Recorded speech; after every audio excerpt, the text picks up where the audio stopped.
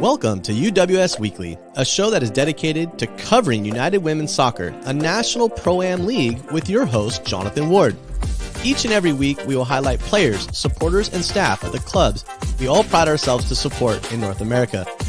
The UWS is a league that is committed to advancing women's soccer.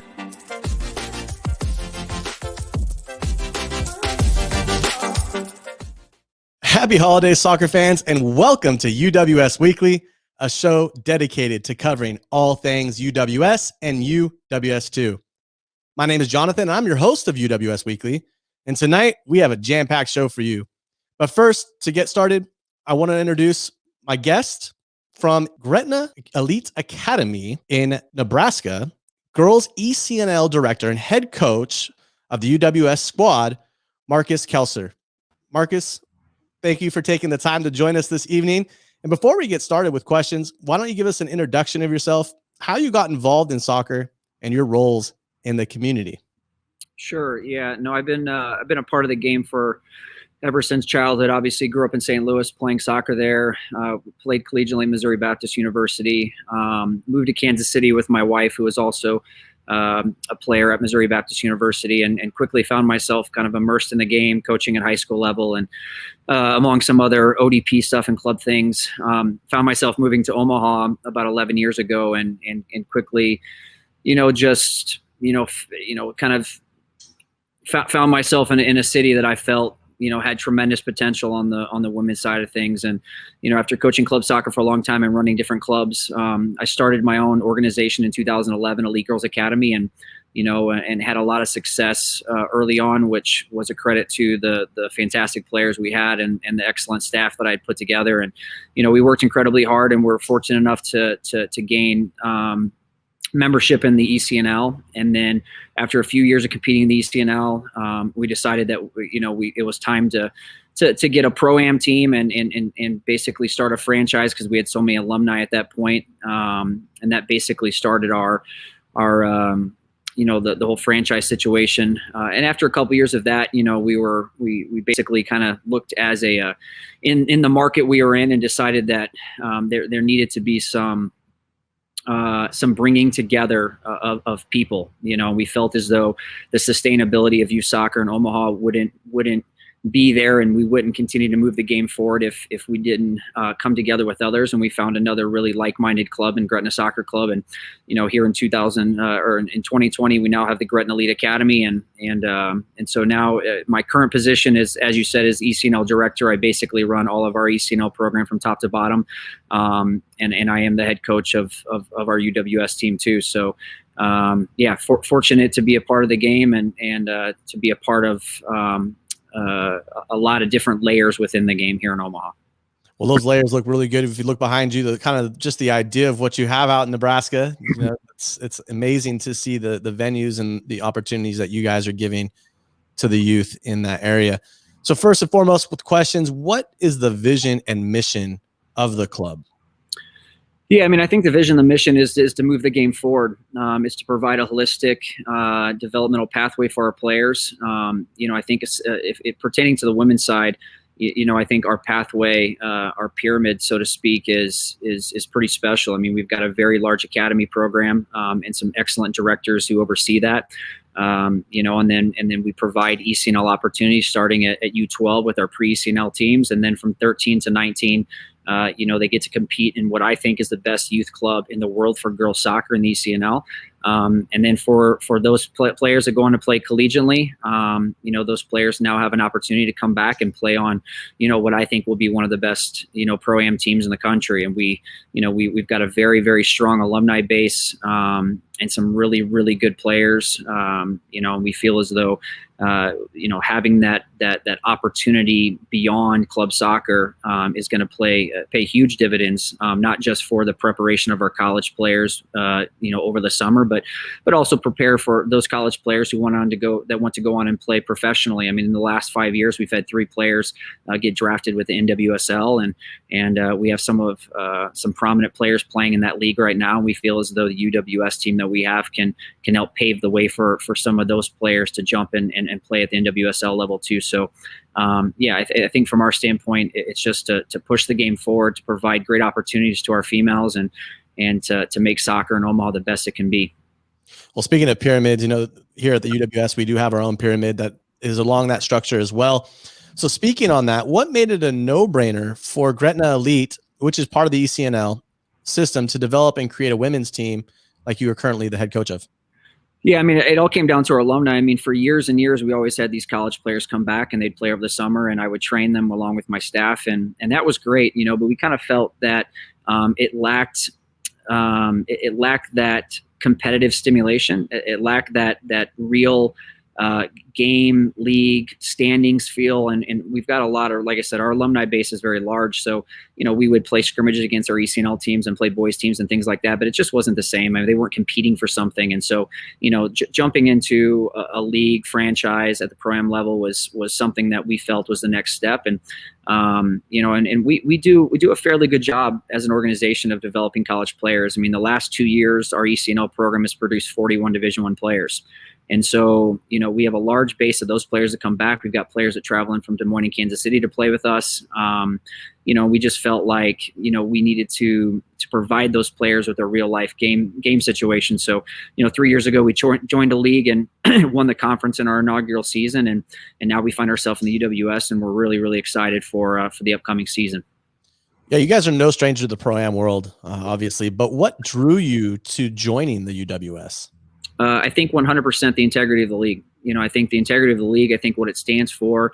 I think without question, the professionalism of both Stephanie and Joe. I got to speaking to them earlier this year, and I just felt as though, where they wanted to take this league, their vision for the league,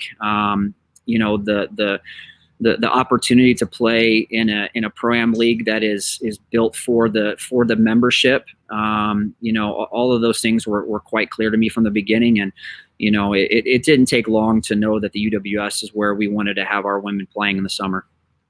So, because of the pyramid structure and having the youth organization that you do underneath you, what type of players make up your women's team? It's 99.9% of the players are collegiate players. So, I mean, I think every team is probably a little bit different. I imagine some teams use youth players. Some teams use players that are past their collegiate years. For us, with the amount of alumni that we have come back, 99% of these players are all still in college. So we have a lot of representation from colleges all over the place: University of Nebraska, Kansas, K-State, Iowa State.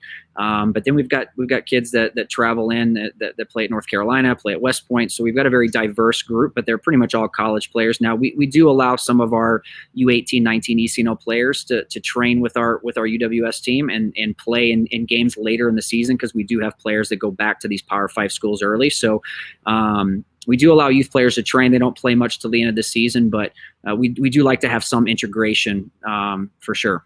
Well, that answered my next question in terms of the draw from your academy. Obviously, giving them an opportunity to participate and play at the high level too gives them some confidence, but also shows them the different pace of the game. What impact has the team had on the success or the development of that youth program?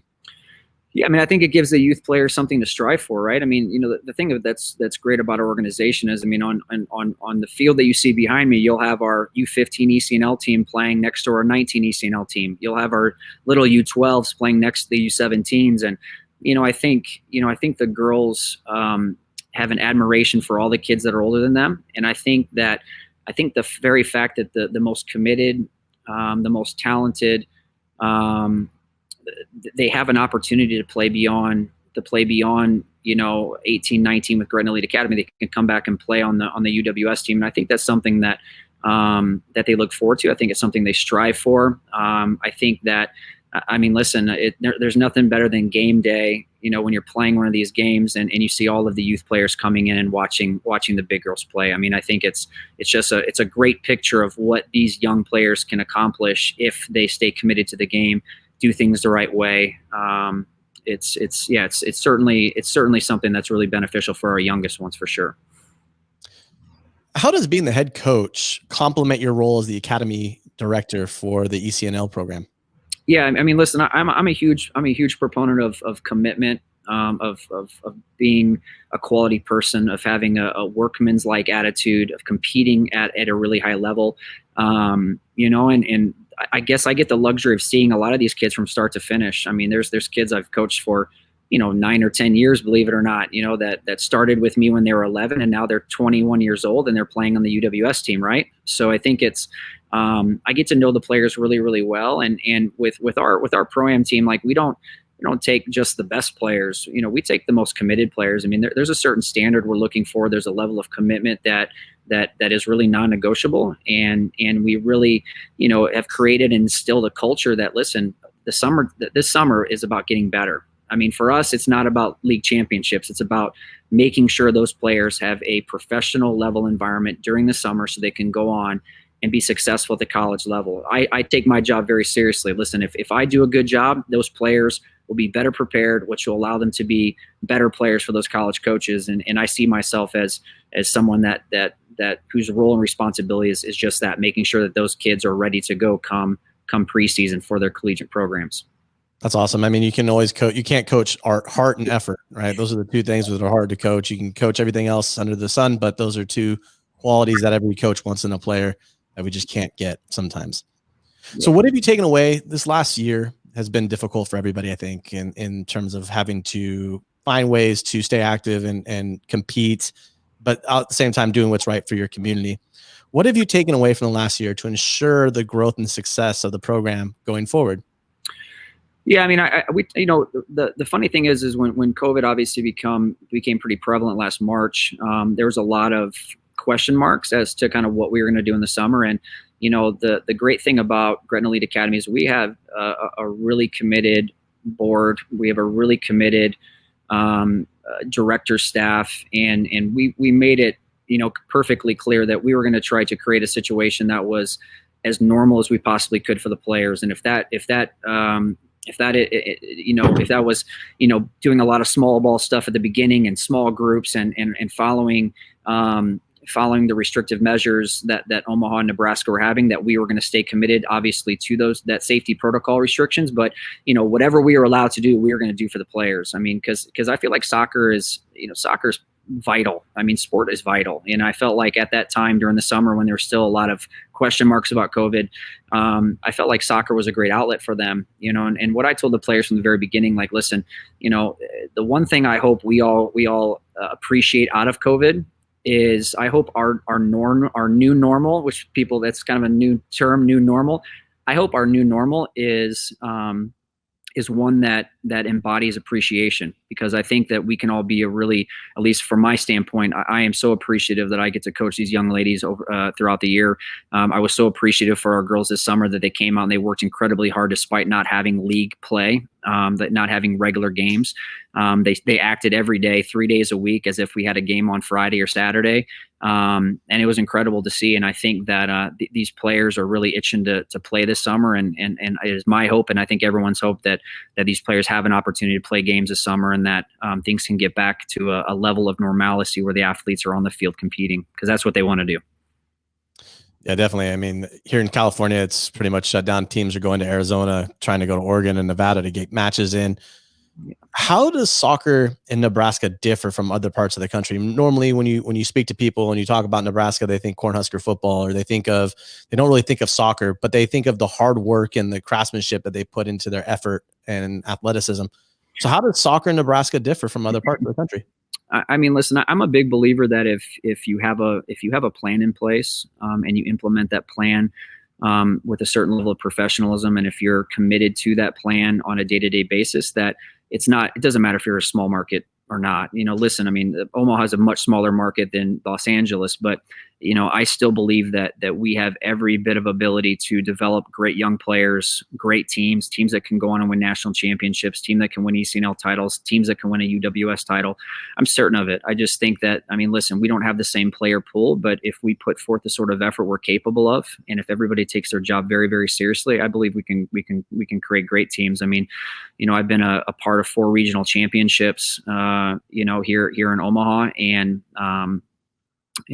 obviously an ECNL Midwest Conference Championship and a WPSL Championship, and every single one of those, was won off of a lot of effort from everybody that was involved. But like I said, if you look at it, I saw some stats on Top Drawer not too long ago that the city of Omaha was among the highest percentages of Division I players playing currently, so the amount of player from one city, so here we are, this little city, and yet we're producing all of these players that go on and play at a very high level. And a lot of that has to do with the phenomenal effort of our players, the tireless commitment from our coaches, and really a fantastic level of support from our membership and parents. So that leads me to the next question. We speak on the success, but whenever there's success, there's always things that we can look at. What are some of the challenges you face as a team in Nebraska? I think certainly the weather is certainly a challenge. We don't have the luxury of having, Los Angeles weather, where we're training, 365 outside. We were very fortunate today. In fact, my 17 ECNL team was playing a lot of our UWS kids outside because it was 50, 55 degrees. And for most Nebraskans, they've got shorts and a short sleeve shirt on. Tank top weather, right? Yeah, exactly. Tank top weather. But, I think obviously the weather's an issue. I think geographically, travel. I think travel's an issue. We're stuck right in the middle of the country. So, I know when I first moved to Omaha, one of the big things that I implemented right away was making sure that we played the best possible competition that we could. And we had a lot of great competition regionally with clubs like the Hawks and St. Louis Scott Gallagher and Eclipse and things like that. But, we also spent a lot of time going to the West Coast and playing in your surf cups and things like that. And we felt like that was important, and heading south and playing in Dallas. And, and so, I think I think those are 2 challenges, just the travel challenge. And then obviously the weather can be unpredictable for 5 months a year here. What makes Gretna different as a club from other clubs in the region or potentially in the country? Well, I think certainly having the full pyramid is something that I would say makes us different. I think it's tough to be the biggest and the best too. I think that we are at a size where we're able to provide our membership with a really great product, in my opinion, from a developmental standpoint. And so I think we're at a size that allows us to not just focus on the top players, the second team players too, the third team players. Allows us to focus on the academy, because we're not this huge juggernaut. We don't have thousands and thousands and thousands of kids. And I think the fact that, again, if you look at it, we have a very competitive academy program, but out of that, again, our players get to compete in ECNL, which is pivotal for the development of our players. Listen, I'm a big advocate on being comfortable in an uncomfortable environment, and we certainly try to put our kids in an uncomfortable environment all the time. And we also have the second layer of the ECNL. We're a member of the ECNL RL, so we're very fortunate to not only have our top teams playing in that youth league, but also to have our second teams playing in the youth league too. And then beyond that, with the UWS, it's kind of the cherry on top, right? They get to go off and play collegiately, and then come back in the summer and know that they're going to have a really great training environment for every week that they're in town over that summer break. So this show is based on community. It's what we're trying to bring about and create is community through all of our clubs and the league itself. But how important and impactful has the community been to the success of Gretna Elite Academy?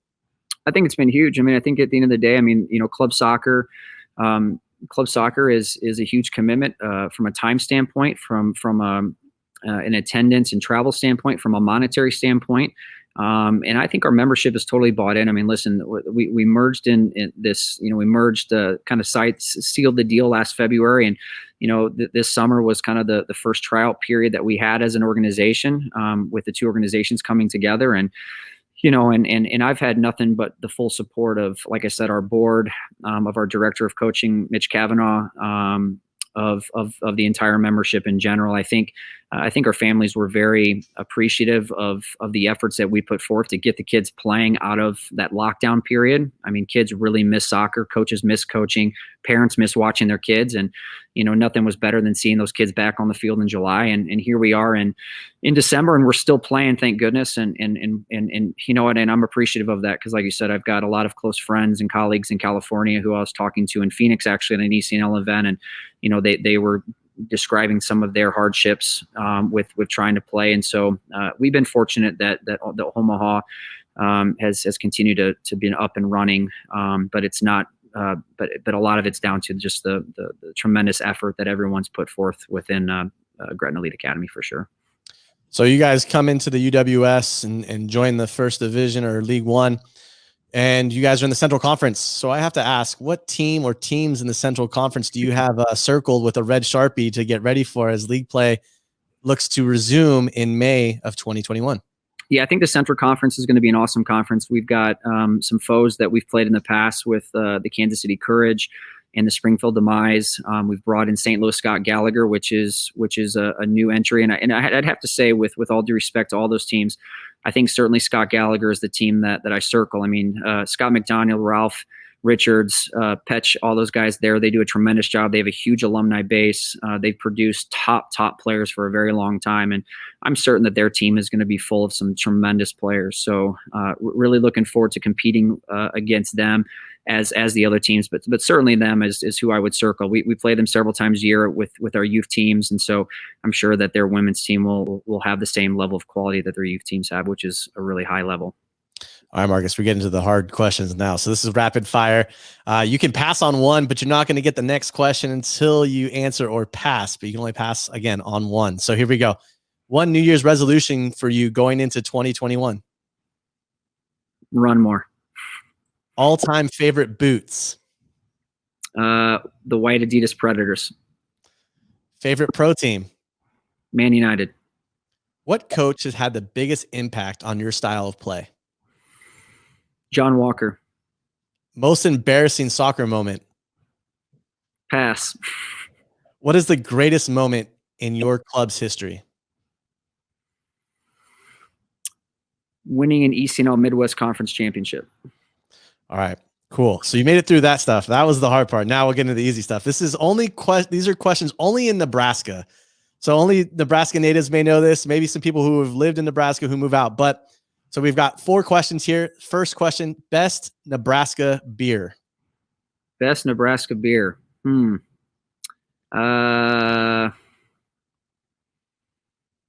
Cross-strained fairy nectar. Do you call it a calzone or a runza? A runza, but I've never had one, and I've lived here 11 years. Favorite go-to dining spot? Mahogany. Chili with or without a cinnamon roll?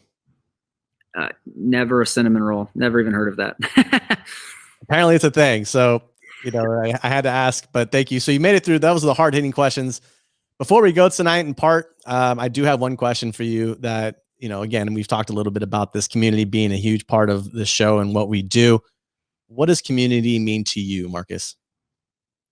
I think it means everything. I mean, I think at the end of the day, without the local community supporting women's soccer, supporting youth soccer, supporting me as someone who is leading young people, all of this would be impossible. I think my goal since day one was to come into Omaha and try to push the women's game forward. It was tried to make soccer better in Omaha. It was to win championships and national championships.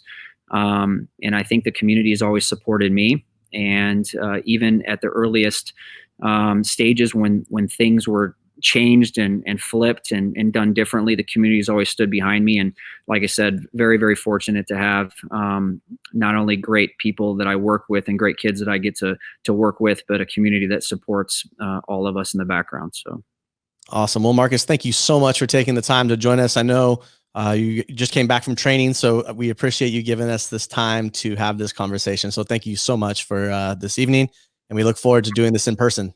Absolutely. Looking forward to the season, Jonathan. Thank you so much. Thank you. Marcus Kelcher of the Gretna Elite Academy in Nebraska. So thank you to Marcus for joining us.